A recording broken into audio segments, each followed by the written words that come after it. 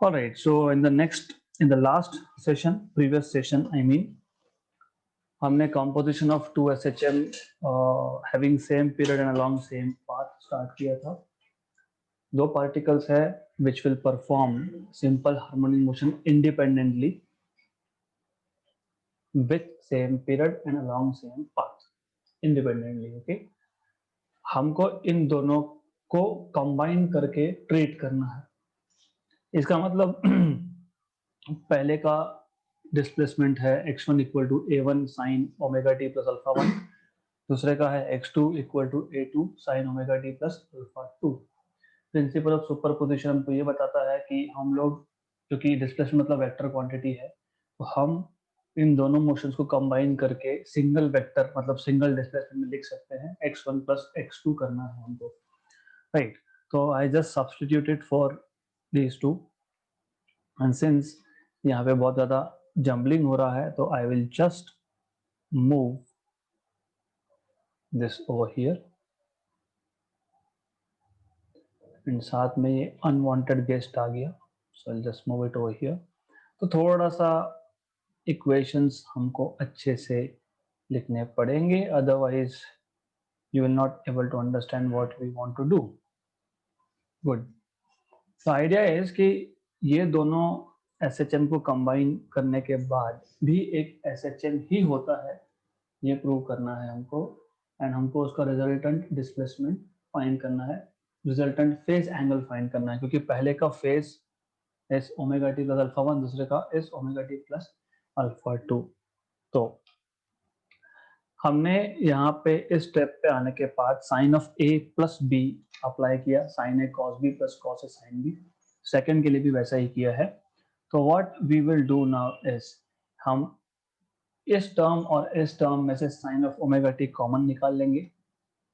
तो sine of omega T हमने common निकाल लिया, हमारे पास बचा A one cos alpha one plus A to cos alpha two, और दूसरे टर्म से हमने cos of omega T common निकाला है. तो cos of omega T common निकाल लिया, हमारे पास वहां पे आया वापस से A one sine alpha one plus A two sine alpha two, right. We will say let a1 cos alpha 1 plus a2 cos alpha 2 as r cos of delta, where r is resultant amplitude and delta is resultant phase angle. Similarly, I'll say a1 sin alpha 1 plus a2 sin alpha 2 as r sin delta. मतलब x will be equal to sin omega T, और ये जो bracket है ये r cos delta है, तो I will get r cos delta plus r cos omega t, and I will write sin delta with this term. So you will be writing sin delta with this particular term, and then we can take out r common, and we will write sin omega t cos delta plus cos omega t sin delta. मतलब वापस से sin a cos b का formula लगेगा. तो ultimately we will get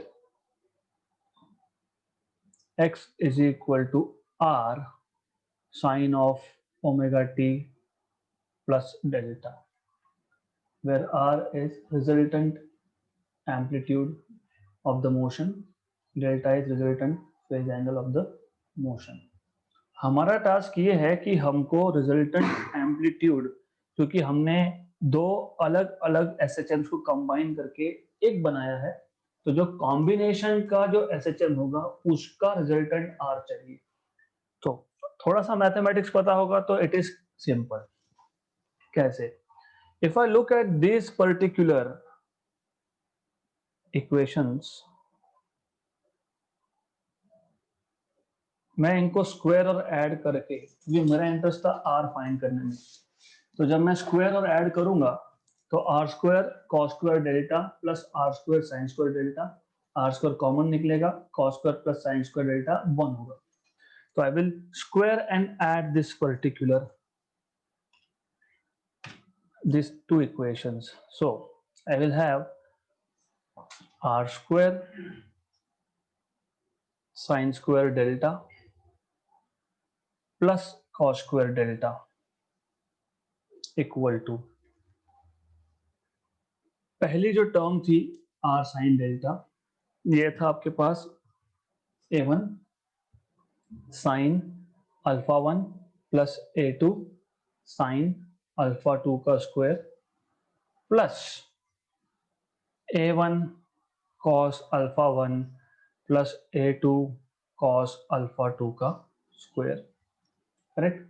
अब इसको बहुत सारा सॉल्व करना पड़ेगा हमको, but if you know vectors तो फिर हमारा काम आसान हो जाएगा. कैसे?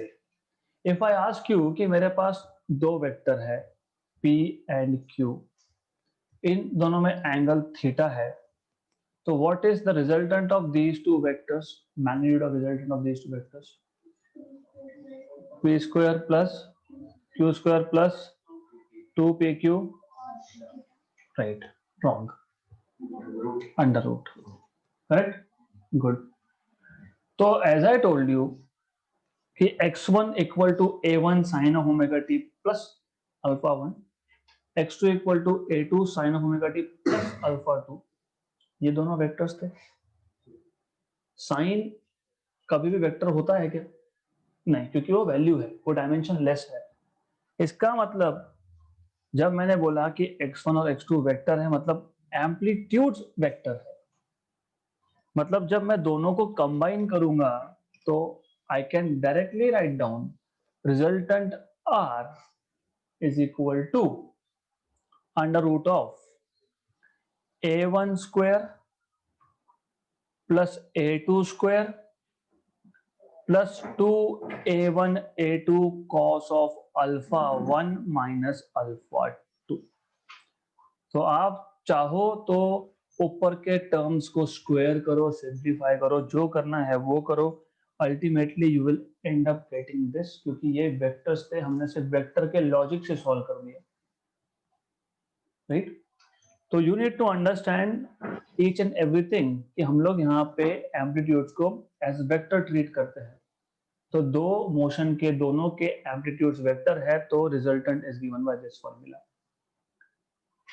एंड अगर आपको डेल्टा चाहिए तो जैसे आपने इन दोनों इक्वेशंस को स्क्वायर एंड ऐड किया, वैसे आप इनको डिवाइड कर सकते हो and you can find out delta.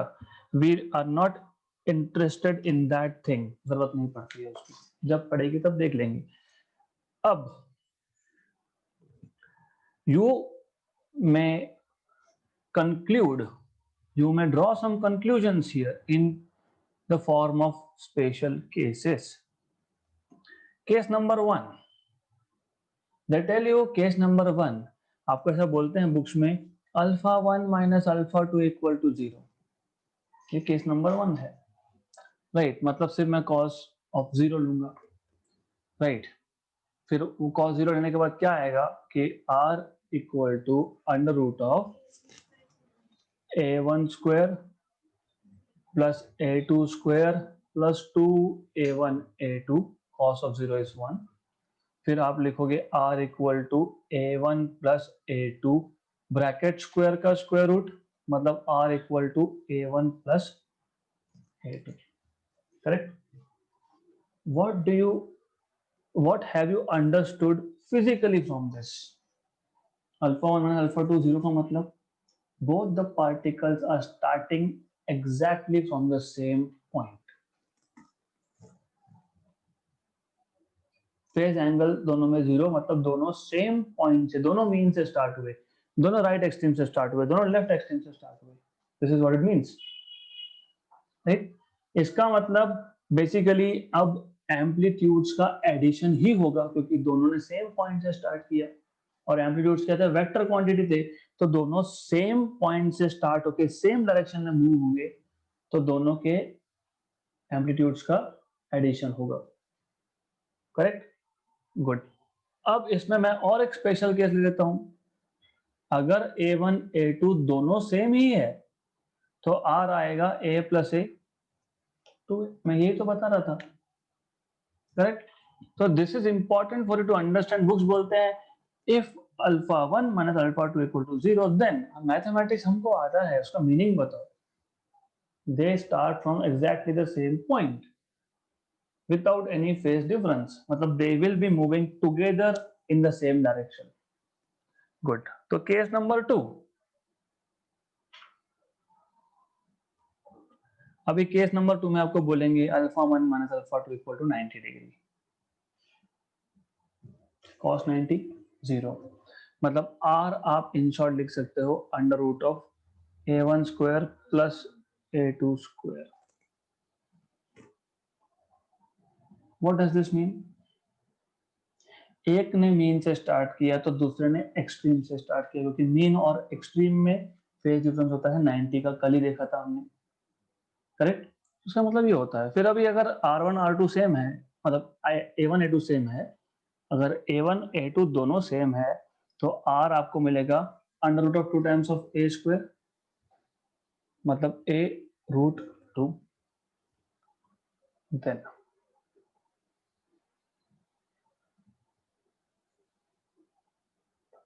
Case number 3, they tell you if alpha 1 minus alpha 2 is 180, this means एक राइट एक्सट्रीम से चालू कर रहा है, एक लेफ्ट एक्सट्रीम से चालू कर रहा है, राइट। तो इस केस में आप लिखोगे R equal to under root of A1 square plus A2 square minus 2 A1 A2, क्योंकि cos ऑफ 180 इज -1, राइट। तो ये आपके पास आएगा R equal to A1 minus A2 का ब्रैकेट स्क्वायर और स्क्वायर रूट कैंसिल। तो अगर दोनों का एम्पलीट्यूड सेम हुआ तो रिजल्टेंट मोशन का एम्पलीट्यूड 0 होने वाला है, मतलब it will appear that the system as a whole is not at all performing any motion. It will appear cancellation, vector cancellation of amplitudes. Clear? Good. Then this is all about combination or composition of two SHM. Last topic, last इसलिए क्योंकि जो springs का case होता है, springs in parallel, springs in series, that I take in the form of numericals only, तो वो theory तब के तब कवर हो जाएगा। तो last in the sense of theory is simple pendulum.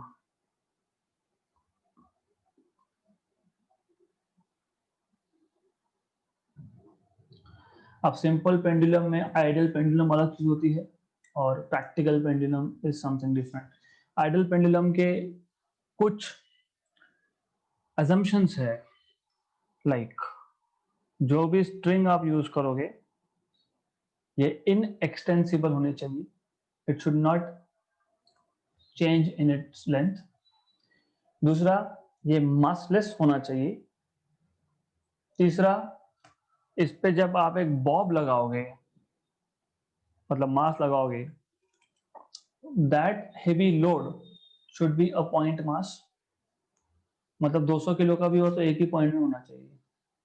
These are some assumptions, ideal pendulum. Practical situation में ऐसा होता नहीं है।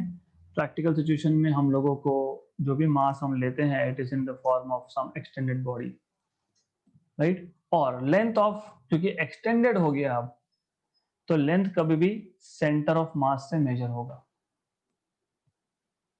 ऐसे कुछ क्वेश्चन दिए होंगे आपको, रेडियस ऑफ बॉब दिया होगा और length of wire from this point two this point दिया होगा, तो टोटल लेंथ में आपको r ऐड करना पड़ेगा, right, depending on the question. Then अब हमने इसको एक रिजिड सपोर्ट पे लगा दिया। Then what we did is, हमने इसको थोड़ा रोटेट करना पड़ेगा of course. So we have it this as, इसको हम एक पोजीशन पे लाए और यहाँ पे लाके इसको हम लोग रिलीज करने वाले हैं. यू शुड नो कि कब एंगुलर मोशन की कॉन्सेप्ट अप्लाई करोगे, कब इसको सिंपल हार्मोनिक मोशन अप्लाई करोगे. क्योंकि एंगुलर मोशन बोला तो फिर वो सर्कुलर मोशन का छोटा सा पार्ट हो गया, तो वो हम यहाँ पे नहीं करते. तो वो डिपेंड करता है एंगल थीटा पे. तो this angle theta has to be less than 10 degrees to treat this motion as linear motion. या लीनियर दिख नहीं रहा बट ये लीनियर ट्रीट करेंगे हम लोग. Good. Then this is length of pendulum as I told you. In any displaced position, इस पे कौन से फोर्स एक्ट हो रहे हैं, तो एक होगा mg which is vertically downwards, एक होगा टेंशन को मैं टी डैश बोल रहा हूं क्योंकि capital T is reserve for time period of pendulum. In this displaced position अगर मैं इस को एक्सटेंड करता हूं, I want to extend it, पर नहीं हो रहा है. Anyways I don't care. So if I extend this something like this, मान लो, तो you already know ये एंगल थीटा है तो ये एंगल भी थीटा है, करस्पॉन्डिंग एंगल. फिर this is mg cos theta, here you have mg sin theta. इसका मतलब यहाँ पे जो रिस्टोरिंग फोर्स है, रिस्टोरिंग फोर्स वो फोर्स होता है जो ऑब्जेक्ट को अपनी ओरिजिनल पोजीशन पे वापस ले जाए. तो यहाँ पे जो रिस्टोरिंग फोर्स होगा that will be F equal to mg sin theta. अगर आप सर्कुलर मोशन के कॉन्सेप्ट अप्लाई कर रहे होते तो फिर उस केस में आपके पास F is equal to mv square by r लिखते. तो there's a thin boundary between these two concepts. Good. Then क्योंकि रिस्टोरिंग फोर्स हमेशा डिस्प्लेसमेंट के अपोजिट डायरेक्शन में है, क्योंकि एंगल मैंने यहां से वायर को उठा के यहां पे रखा और फोर्स उसके अपोजिट डायरेक्शन में है, तो it always comes with a negative sign. And since we have already said angle is small, so I will write this as minus mg theta. Correct? Right. So, since theta is small, sin theta is approximately theta. इसको हम लोग simple harmonic motion नहीं बोल सकते. क्यों नहीं बोल सकते? सिंपल हार्मोनिक मोशन में फोर्स हमेशा लीनियर डिस्प्लेसमेंट x से प्रोपोर्शनल होता है. यहाँ तो थीटा है, थीटा है ना. तो फिर हमको ये तो पता है कि मैं अगर इस डिस्टेंस को x बोलता हूं, आर्क लेंथ या फिर एंगल, मुझे बताओ ये आर्क है, ये r है, ये s है, ये थीटा है. What is arc length s? r theta. s equal to r theta, मतलब theta is equal to s by. हाँ, तो ये s मतलब हमारा x और r मतलब हमारा लेंथ. तो इसका मतलब theta is x by n. So I can write therefore F is equal to minus mgx by L since theta is x by L. तो अब आ गया फोर्स प्रोपोर्शनल टू x, मतलब now you can say this is simple harmonic motion. Then we know that force is ma, that is minus mgx by L. m cancel, तो आपको मिल जाएगा a by x is equal to, या फिर आपके ऊपर है the way you want to write, g by L with a negative sign. मैं magnitude wise लिखना चाहता हूँ, I'll just write plus. So I'll just get rid of minus later. Okay. Acceleration per unit length is this. Acceleration per unit length, a by x. A is acceleration upon distance. That is acceleration per unit length. अब कुछ books आपको time period का formula बताएंगे, वो बोलेंगे write it in terms of accident per unit length. We don't care. क्यों नहीं? We don't care because हमको सिंपल सिंपल बेसिक चीजें पता है और बेसिक से ही काम होता है. बुक्स की language sometimes it creates confusion. How do you define time period?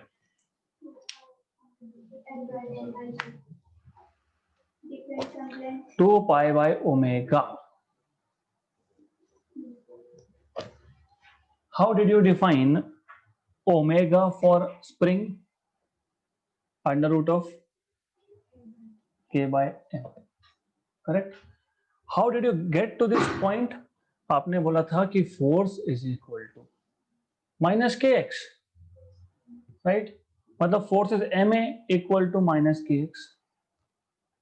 मतलब k by m is equal to a by x. पर a बाय एक्स हमने g बाय l अभी अभी लिखा है, राइट. मैं वापस बता रहा हूं. इफ यू वांट,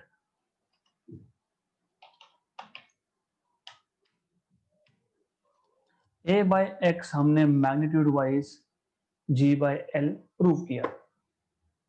हम जब स्प्रिंग की बात कर रहे थे तो हमने बोला था force is equal to minus k x बराबर, फिर force is mass into acceleration equal to minus k x, right. Correct. इसका मतलब ये होता है, इसका मतलब ये होता है कि a by X is minus K by M. फिर यहाँ पे a by X minus K by M, यहाँ पे a by X minus G by A. मतलब जब मैं इस इक्वेशन को और इसको कंपेयर करूंगा तो मुझे k by M is equal to G by L मिल जाएगा. तो फिर why should I be using that text book का language? They always write very difficult, तो पसंद नहीं है. I don't like it. तो we will just make it as simple as we can. फिर हम बोल देंगे यहां से that from equation 1 and 2 we will say that k by m is nothing but g by l. We know that time period is 2 pi root of k by m या फिर 2 pi by omega. फिर आप वो लिखते बैठो. 2 pi by omega आपको पता है ना. तो you already know it is m by k actually, reciprocal है. So which is equal to 2 pi root of L by G. Yeah, time period of simple pendulum का equation, right? This is how you can prove. What we notice, the time period is proportional to root of L. Law of length. Time period is proportional to length. Law of length. क्योंकि अभी आपके book में दिया था ना laws of simple pendulum, है ना. Law of length, law of acceleration and law of mass and law of isochronous. Law of acceleration, time period of a simple pendulum is inversely proportional to under root of acceleration due to gravity. So law of acceleration. Law of mass, time period of a simple pendulum is independent to mass of the bob.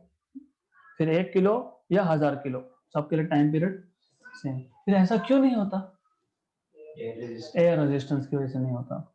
Law of isochronous, मतलब it is independent of amplitude of the pendulum provided theta is still under 10 degree,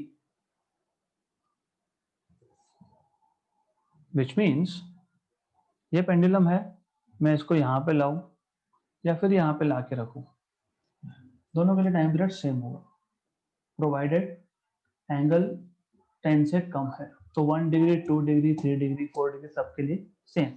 that is law of isochronous, right. Then it is all about simple pendulum. Last case जो आप normally एक तो देख के डर जाते हो, दूसरा कंफ्यूज होते हो, दैट इज डैम्ड ऑसिलेशंस। और this is real life, practical situation में यही होता है। डैम्पिंग, झूले पे झूल रहे हैं, बार बार पाँव ऐसा नीचे मारना पड़ता है, एक बार ऐसा ऊपर गए और छोड़ दिया तो धीरे धीरे धीरे धीरे, what is that? This is what is happening. Damping. Why damping? Air resistance, right? Sewing machine का जो निडल होता है उसको भी करंट मतलब हमेशा ही इलेक्ट्रिक सप्लाई देना पड़ता है, mechanical work is done, otherwise वो भी धीरे धीरे धीरे धीरे उसका एम्पलीट्यूड कम होगा, डैम्पिंग होगा। तो अगर किसी ने बोला कि how does the graph of damped oscillation look like, तो हमको पता ही है ना how does it look like, कैसा दिखेगा। तो इजी है, मतलब पहले ज्यादा एम्पलीट्यूड रहेगा, फिर कम होता जाएगा, फिर कम होता जाएगा, फिर कम होता जाएगा, and then it will become zero. Damped oscillations. अभी अगर किसी ने बोला of course I am plotting amplitude against time, फिर इसको अगर मैथमेटिकल फॉर्म में कोई लिखने के लिए बोलेगा तो obviously this will be equal to some initial amplitude a0 e raised to bt by 2m। गलत है। क्यों गलत है? e raised to bt by 2m का मतलब पता है क्या होगा? ये उसका मतलब होता है e raised to bt plus bt by 2m का मतलब क्या होता है? Amplitude is increasing with time. हमको चाहिए इसका उल्टा केस, मतलब it should contain a negative sign here, right? क्योंकि माइनस मतलब विथ टाइम, और वो टी ऊपर टाइम है, विथ टाइम, और बी और एम क्या है मैं बताता हूं, but for the time being आपको पता होना चाहिए this is amplitude at any instant of time t. अगर टी जीरो डालोगे इनिशियली मैक्सिमम एम्पलीट्यूड, क्यों? टी जीरो मतलब ये zero, E raise to zero is, तो A equal to A zero at time T equal to zero, मतलब initial तो मैं बता ही रहा हूं, एम्पलीट्यूड ज्यादा था।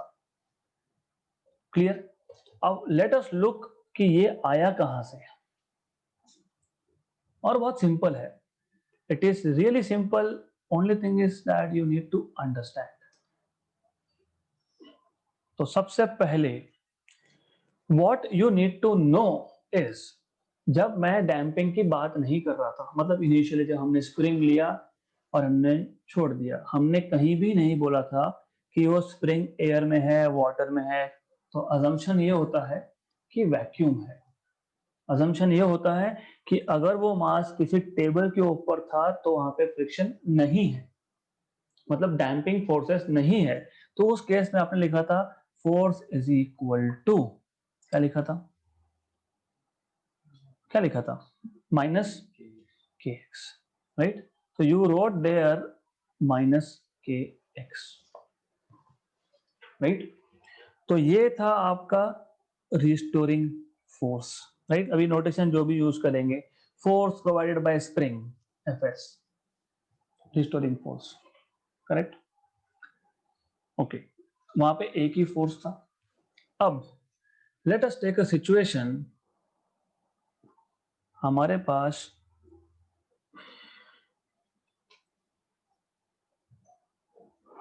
एक रिजिड सपोर्ट है, रिजिड सपोर्ट पे एक स्प्रिंग है, स्प्रिंग पे एक हमने मास लगाया है, इस मास को हमने पानी के कंटेनर में छोड़ दिया है, so we are putting this in water container. मान लो, मान लो हर जगह पे पानी होगा और ये पानी अंदर ही है, अगर डायग्राम मेरी गलत भी हो तो I don't care because it's not important really, ऐसा है। अब I pull the spring down and release it, restoring force तो रहेगा, स्प्रिंग प्रोवाइड करेगा। एडिशनली अब थ्रस्ट फिलहाल हम बात नहीं कर रहे, it will become much more complicated.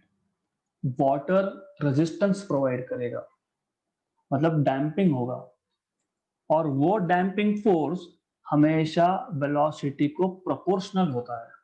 जितना ज्यादा वेलोसिटी उतना ज्यादा डैम्पिंग।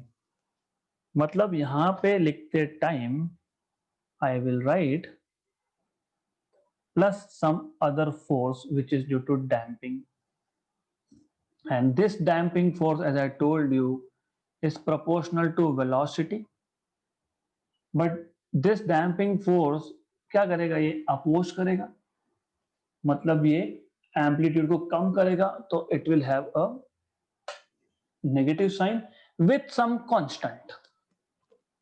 तो ये जो ऊपर बी लिखा है ये डैम्पिंग कांस्टेंट है, और ये एम लिखा है मास है, तो यहां पे मैं लिखूंगा माइनस बी पी। ये हो गया टोटल फोर्स, करेक्ट।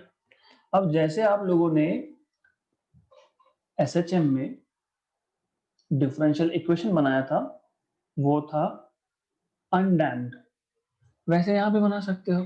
कैसे बनाएंगे, अभी यही इक्वेशन उठाऊंगा मैं, and I will write total force F is equal to minus k x minus b v, फिर I will say force is m a, और ये माइनस माइनस शिफ्ट करके plus k x plus b v equal to 0। फिर हम लोग लिखेंगे divide by m a plus k by mx plus b by mb equal to 0. A is d2x by dt square plus b by mv, v is dx by dt plus k by mx equal to 0.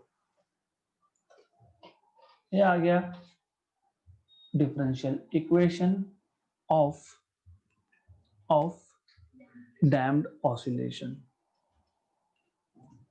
right? K by m is omega square, तो आप omega square लिखो इसको, तो you can also write this as d2x by dt square plus b by m dx by dt plus omega square x equal to 0, right? अब there is a very small difference between undamped and damped. पहला तो आपको समझ में आ गया, amplitude कम होगा। In any case, जैसे आप अनडैम्ड में d2x by dt square plus omega square x equal to 0 को सॉल्व करते करते आप x के इक्वेशन पे आते हो, a sin of omega t plus alpha, ऐसा आता है ना। तो यहाँ पे भी सॉल्व करते करते आपको करना नहीं है, मैं सिर्फ फॉर्म बता रहा हूँ। x is equal to some amplitude resultant amplitude, जो मैंने ऑलरेडी आपको बताया, a0 e raised to minus bt by 2m। ये पूरा का पूरा एम्पलीट्यूड टर्म है। a0 मतलब initial maximum amplitude, e raised to minus bt by 2m का मतलब है कि एम्पलीट्यूड विद टाइम कम हो रहा है। और यहाँ पे भी साइन या cos omega t plus some angle alpha और फाई, आपकी बुक में ऐसा लिखा है, मैं ऐसा लिख रहा हूँ, डजंट मैटर रियली। सिर्फ यहाँ पे फाई क्यूब, पहले अल्फा लिखा था, अभी फाई लिख देते हैं। तो क्या चेंज हुआ, कुछ भी नहीं चेंज हुआ, सिर्फ वहां पे बता रहा है कि एम्पलीट्यूड विद टाइम कम हो रहा है। Then as you have wrote down frequency there as root of k by m, अब मुझे बात बताओ, अगर डैम्पिंग है और डैम्पिंग नहीं है, तो दोनों में से किसका ओमेगा ज्यादा रहेगा?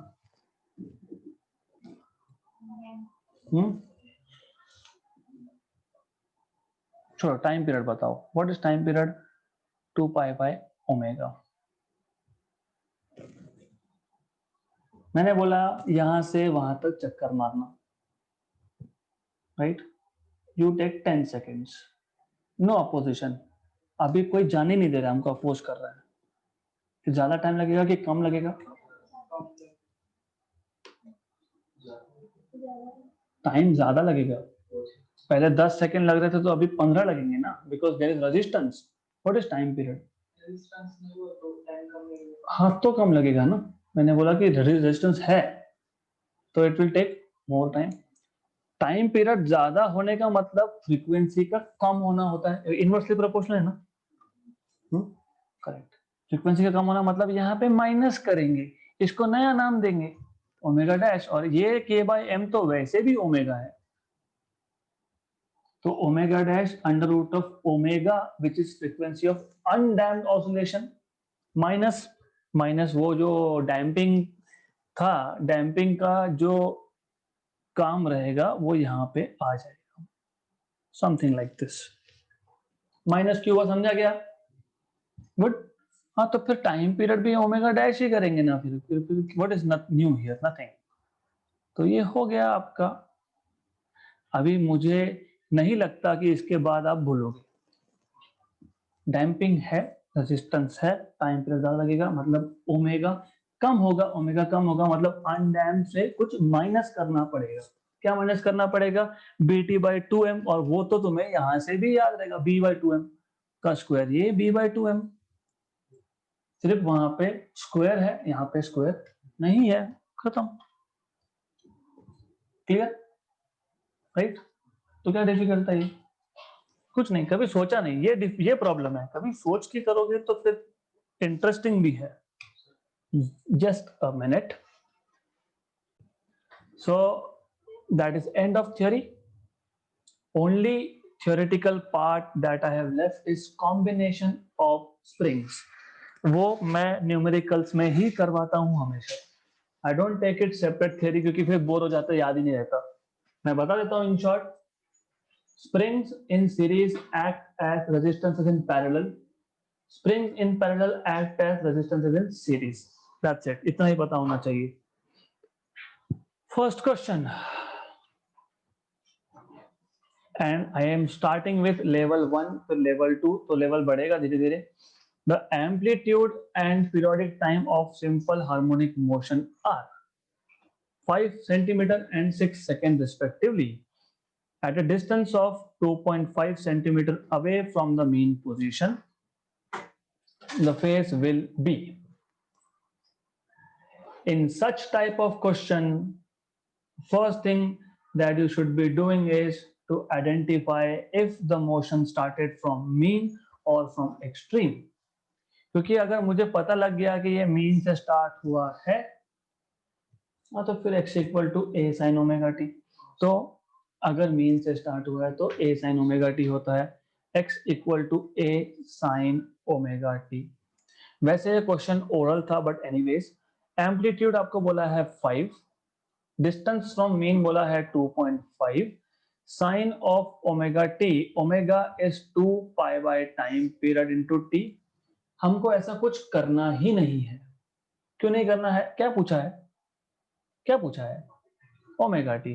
फेज पूछा है, तो मैं x इक्वल टू क्यों लिखूं? ओमेगा टी तो ओमेगा टी है ना, तो 2 pi by time period T into T, बराबर, correct, right?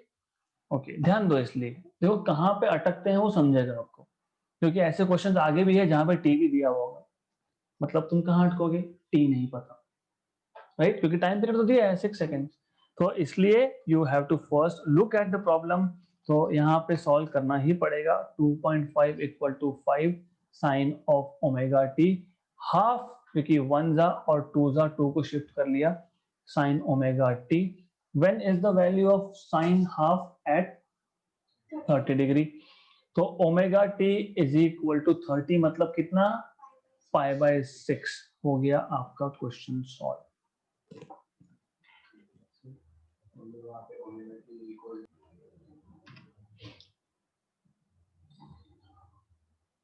A 10 to the power 20 kilogram particle is vibrating with simple harmonic motion with a period of 10 power minus 5 second and a maximum speed of 10 power 3 meter per second. Maximum displacement of the particle is. How do you solve this? You know what is Vmax? A omega. What is A omega? 2 pi by t, ये Vmax है। हमको क्या पूछा है? Maximum displacement मतलब A पूछा है, और Vmax की वैल्यू दिया है। तो बेसिकली Vmax बोला ना, मैक्सिमम वेलोसिटी बोला है ना, मैक्सिमम स्पीड बोला है, मतलब Vmax दिया है, हमको पता है Vmax क्या होता है, a ओमेगा, और मैक्सिमम डिस्प्लेसमेंट मतलब एम्पलीट्यूड। हाँ, तो इसको सॉल्व करो, हो गया सॉल्व। तो आप क्या करोगे, आप सिर्फ इसको सॉल्व करोगे, राइट, गुड। तो सॉल्व इट। सो Vmax की वैल्यू कितनी, 10 पावर 3, और a omega is 2 power time period is 10 power -5। तो सॉल्व करना है इसको, डन। तो it is just going to be 10 power -2 equal upon 2 pi equal to a। Wait a minute, look here, यहां तक क्लियर है क्या, क्लियर, यहां तक clear. I just want to tell you 1/2 0.5, what is the value of pi, 0.14। जब आप 1 upon pi करते हो ना, तो उसमें सिर्फ 0.31 और आगे 8 आता है, लिखो मत लिखो फर्क नहीं पड़ता है यहाँ पे, तो सिर्फ एक डेसिमल शिफ्ट कर देना, नहीं तो फिर 1 अपॉन पाई करते बैठेंगे तो टाइम पास होगा। तो 10 पावर -2, व्हाट इज, मैं इसका पॉइंट हटाने वाला हूं मैं, I don't like to have point here, 5 into 0.31, 8 into 10 power -3, बराबर, व्हाट इज 5 into 0.3 mm, हो गया ऑप्शन नंबर ए, राइट। तो कैलकुलेशंस के लिए you have to practice and practice and practice, time लगा के बैठना पड़ेगा, 20 क्वेश्चन लेने हैं, 15 मिनट में सॉल्व होने चाहिए, या फिर 20 मिनट में 15 क्वेश्चन होने चाहिए, because that will make 1 hour and 45 questions. A particle is executing simple harmonic motion with a period of t seconds and amplitude a meter. The shortest time it takes to reach a point a by √2 meter from its mean position. From its mean position मतलब कौन सा formula use करेंगे, a sin omega t। x की value क्या दी है, a by √2, amplitude क्या बोला है, स्मॉल a, टाइम पीरियड कितना है, 2 पाई बाई टी ओमेगा आएगा, ये और ये कैंसल होगा, 1/√2, साइन की वैल्यू कब आती है, 45, मतलब साइन ऑफ पाई बाई 4 पे आती है, 180/4 इज 45। तो sine of 2 pi by t into t, sine गया, तो 2 pi by t into t is pi by 4, cancel cancel, t is equal to t by 8. Identify from where the particle is starting its motion, x equal to a sin omega t। x आपको a by √2 बोला है, capital है आपको small a बोला है, तो वहां पे सिर्फ सब्स्टिट्यूट करेंगे, और sine of omega, omega is 2 pi by time period √t, t, 1/√2 is equal to sine of 2 pi t upon capital T, 1/√2 is sin of pi by 4, तो pi by 4 equal to 2 pi small t upon capital T, solve करो, small t is capital T by 8। I can ask you counter question here, और ये actually 3 question है, ये एक नहीं 3 question है। इन्होंने बोला आपको कि a by √2 पे पहुंचने के लिए कितना टाइम लगा, t by 8, बराबर, गुड। तो कहां पे होगा ये पार्टिकल, एग्जैक्टली कहां पे होगा, ये मेन पोजीशन, ये राइट एक्सट्रीम, ये लेफ्ट एक्सट्रीम, मैंने आपको बताया था यहां से यहां जाने में कितना टाइम लगता है, t/4, बराबर। तो t/4 ये t/8 से बड़ा है या छोटा है, t/4 बड़ा है, मतलब t/8 छोटा है, मतलब particle is somewhere here between o and p, मतलब अभी तक वो एम्पलीट्यूड भी पूरा नहीं कर सकता, वो तो दिख भी रहा है ना, एम्पलीट्यूड a था, ये a/√2 है, तो it has started from mean position, it is yet to reach maximum displacement towards positive and. जिनको नहीं समझा वापस रिपीट कर रहा हूँ।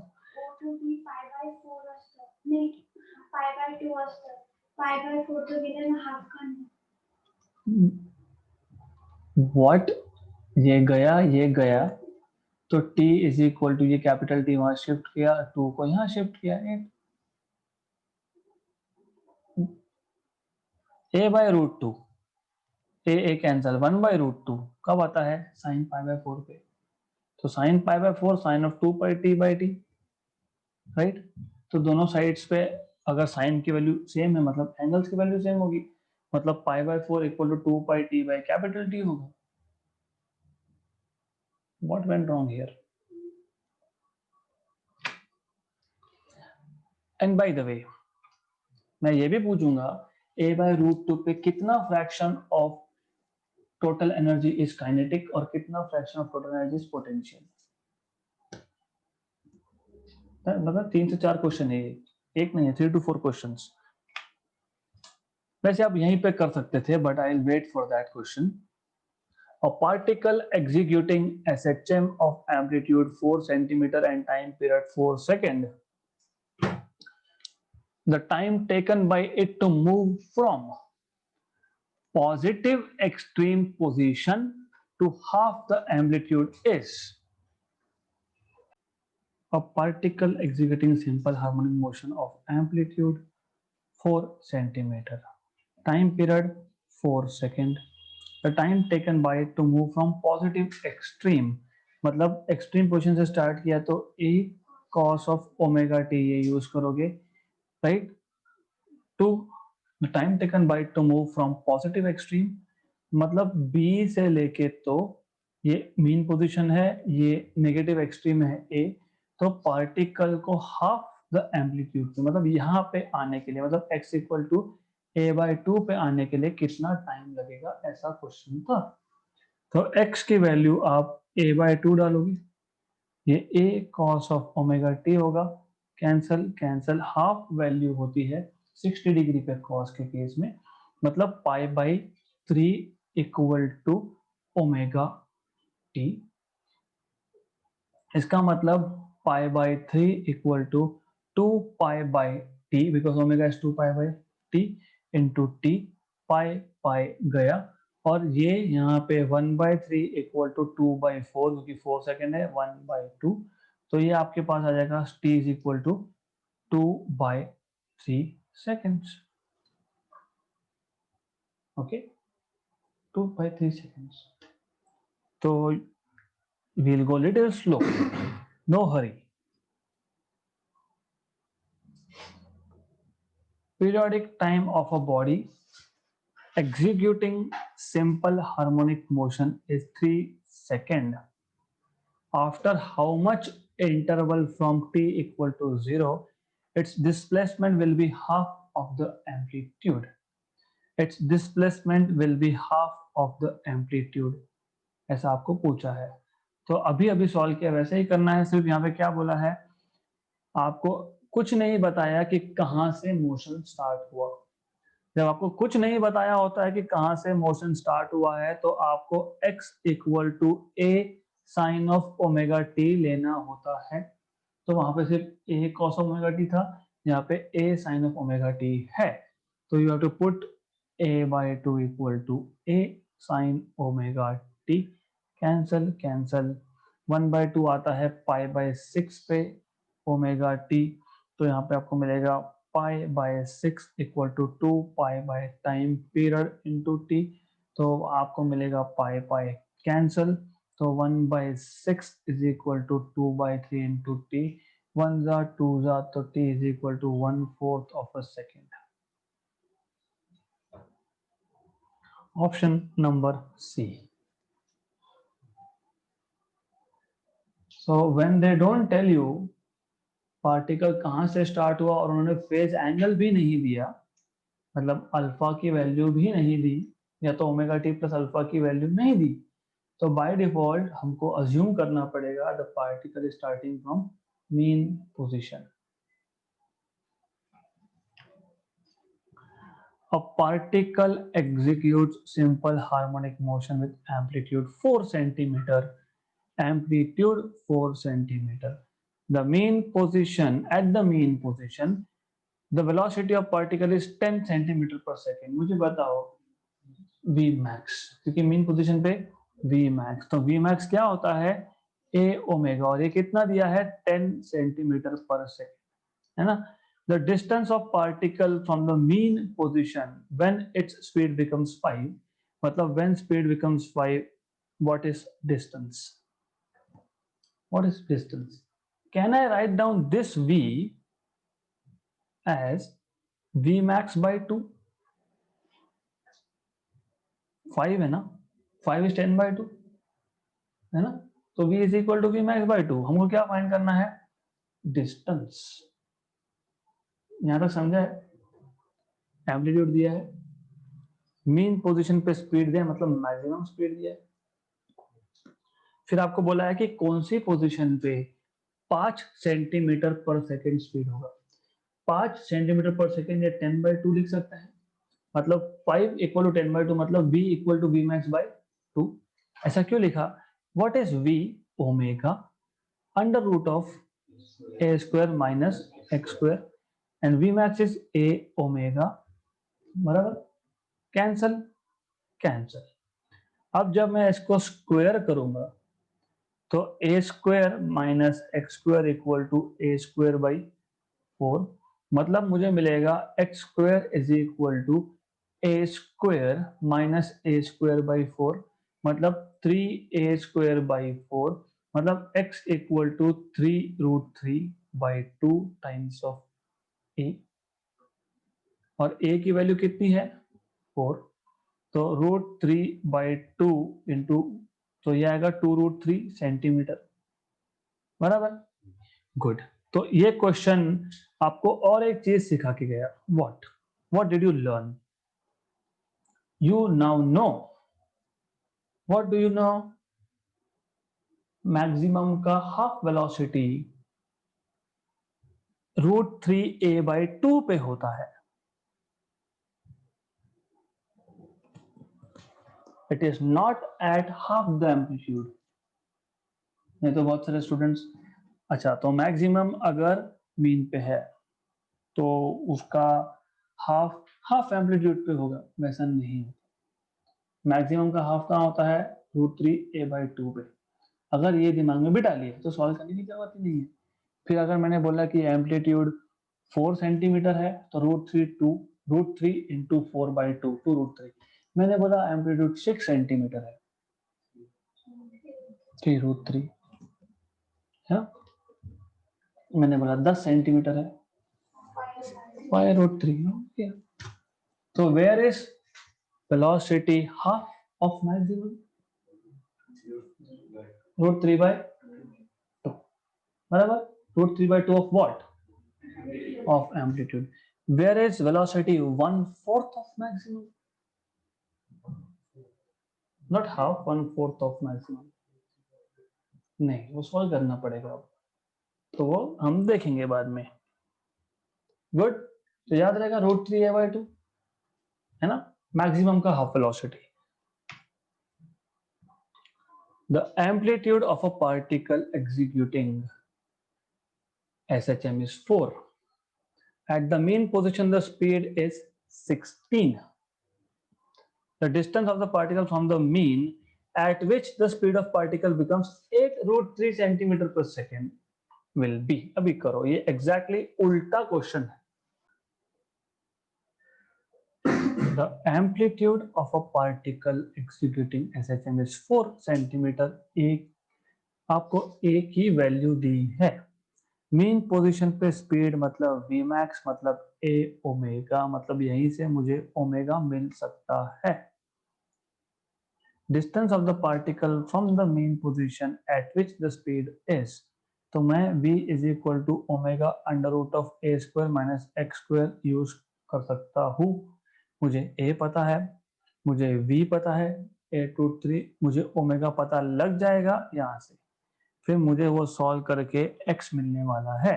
तो omega is equal to V max by A, V max आपको बोला है 16 और ए आपको बोला है 4 सेंटीमीटर पर सेकेंड, और सेंटीमीटर मतलब 1/सेकेंड में है तो वी डोंट केयर, तो 4 पर सेकेंड। ये 4 और ये v की वैल्यू आपके पास है 8√3 equal to 4 under root of a square, और a है 4 स्क्वायर माइनस x स्क्वायर, 1 जा 2 जा, squaring on both sides I'll get 4 into 3 equal to 4 square minus x square, so I'll get this is 12 equal to 16 minus x square, so I'll get x square is equal to 16 minus 12, that is 4, and I'll get x equal to 2 centimeter, right? This is how you were supposed to solve this question. Nothing. Now you need to pay proper attention here. The displacement equation of a particle is x equal to 3 sin 2t plus 4 cos 2t. Amplitude and maximum velocity of the particle respectively will be. सबसे पहले आपको ये पता होना चाहिए कि linear combination of 2 SHM is SHM. What do you mean by linear combination? x equal to x1 plus x2, that is linear combination. हमने देखा था सिर्फ वहां पे क्या था कि x1 ये a1 sine omega t plus alpha 1 था, और x2 a2 sine omega t plus alpha 2 था। हमारे इस क्वेश्चन में ये लिखा है 3 sign 2t plus 4 cos 2t। इसका मतलब इतना ही होता है कि पहले पार्टिकल का एम्पलीट्यूड 3 है, वो उसने मीन से स्टार्ट किया। दूसरे पार्टिकल का एम्पलीट्यूड 4 है, उसने एक्सट्रीम से स्टार्ट किया। करेक्ट? तो अगर आपको इतना समझा है, एक ने मीन से स्टार्ट किया, दूसरे ने एक्सट्रीम से स्टार्ट किया, तो फिर आपको ये तो याद होगा ही कि अल्फा 1 माइनस अल्फा 2 की वैल्यू कितनी आएगी। अभी मैंने आज ही बताया ये, नहीं 90 डिग्री पाई बाय 2। अगर एक ने, I can give you a very big solution, mathematical solution, but I don't want to do that. क्यों नहीं? सिंपल होता है तो क्यों कॉम्प्लिकेट करना?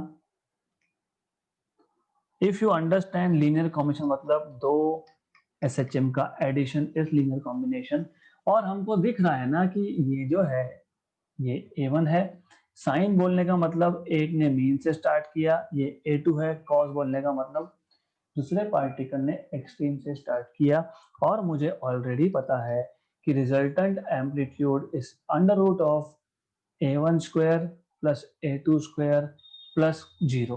क्यों 0? क्योंकि आप लिखोगे 2a1 a2 cos of alpha 1 minus alpha 2, but I just told you that one particle is starting from mean, other is starting from extreme, which itself means कि अल्फा 1 माइनस अल्फा 2 90 डिग्री है, cos of 90 0 होता है, तो आप लिखोगे r is equal to under root of a1 square plus a2 square, that is under root of 3 square plus 4 square 9 plus 16 under root of 25 is 5। एक ही option में दिखता है 5। मैक्सिमम वेलोसिटी हमको निकालते आता है, what is V max? A omega, मतलब R omega इस केस में, क्योंकि रिजल्टेंट एम्पलीट्यूड इज आर, है ना। और ओमेगा कैसे निकालोगे? ये ओमेगा है 2, क्योंकि ओमेगा टी आता है ना, तो फिर ये आ जाएगा आपका 5 इंटू 2 दैट इज 10।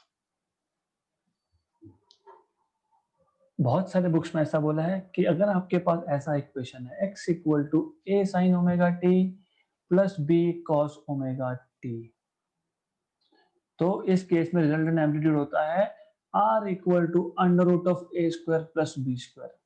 मैंने भी वही बोला, सिर्फ प्रॉब्लम कहाँ आएगी? अगर गलती से आपके पास ये आ गया ऐसा, फिर क्या करेंगे? फिर तो दोनों मीन से स्टार्ट हो रहे हैं, R1 प्लस R2, क्योंकि A1 square plus A2 square plus 2A1 A2 cos of zero, cos zero is 1, तो A1 plus A2 bracket square का स्क्वायर रूट, तो इसलिए I don't want you to follow that, तो वो गलत हो जाएगा, इसलिए बेटर है, नहीं तो बोला कि नहीं हर बार ऐसा नहीं चलता, you have to understand and then write. This is what I was telling you. Total energy of a particle executing SHM is 80 joules. What is the potential energy when the particle is at a distance 3/4 of its amplitude? So x equal to 3/4 of a, right? Good. From the mean position.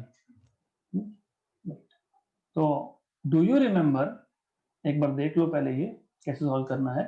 Do you remember total energy was half k a square. Do you remember potential energy was half k x square? So can I take ratio of these two?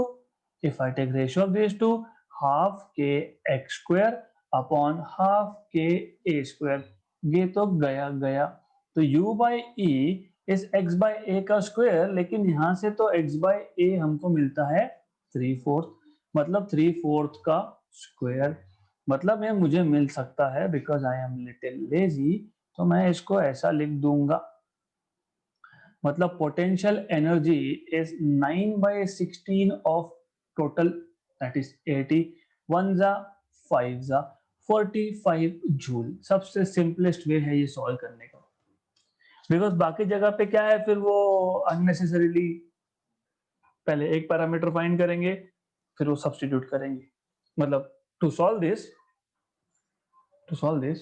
पहले यहां से amplitude निकालेंगे, फिर substitute करेंगे, which I don't want. Just take ratio, K को उड़ा दो वहां से, done. The potential energy of a simple harmonic oscillator when the particle is halfway to its endpoint is, particle is halfway मतलब particle is at half the amplitude, तो x by a आपको मिल गया 1/2.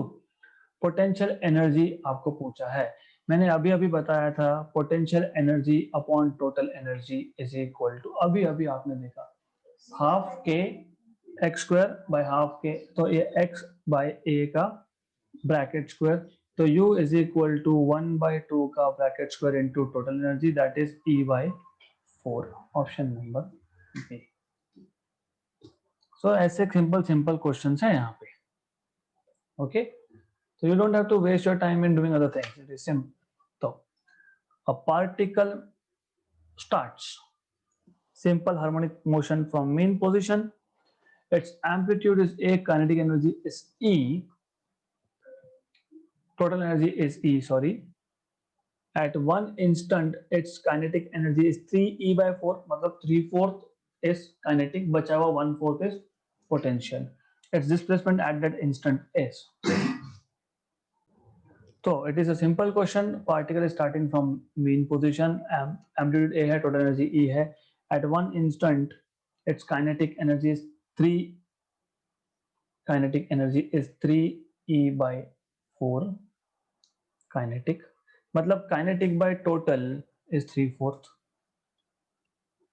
Kinetic आपको पता है half k a square minus x square, और total आपको पता है half k a square, this is 3/4. Cancel cancel cancel, तो ये आपका आ जाएगा 4a square minus 4x square is equal to 3a square, तो 3 में से ये गया, तो a square equal to 4x square, तो x square is equal to a square by 4, मतलब x is equal to a/2, option number B. I don't use small a for amplitude because acceleration के साथ confusion हो जाता है फिर. Good. A man measures the period of a simple pendulum inside a stationary lift and finds it to be t second. If the lift accelerates upward with an acceleration g by 4, then the period of pendulum will be. To solve this question, before you try solving this question, I would like to ask you what is net acceleration inside a lift when it is going up? G plus a. When it is coming down, G minus a. तो आप solve करो.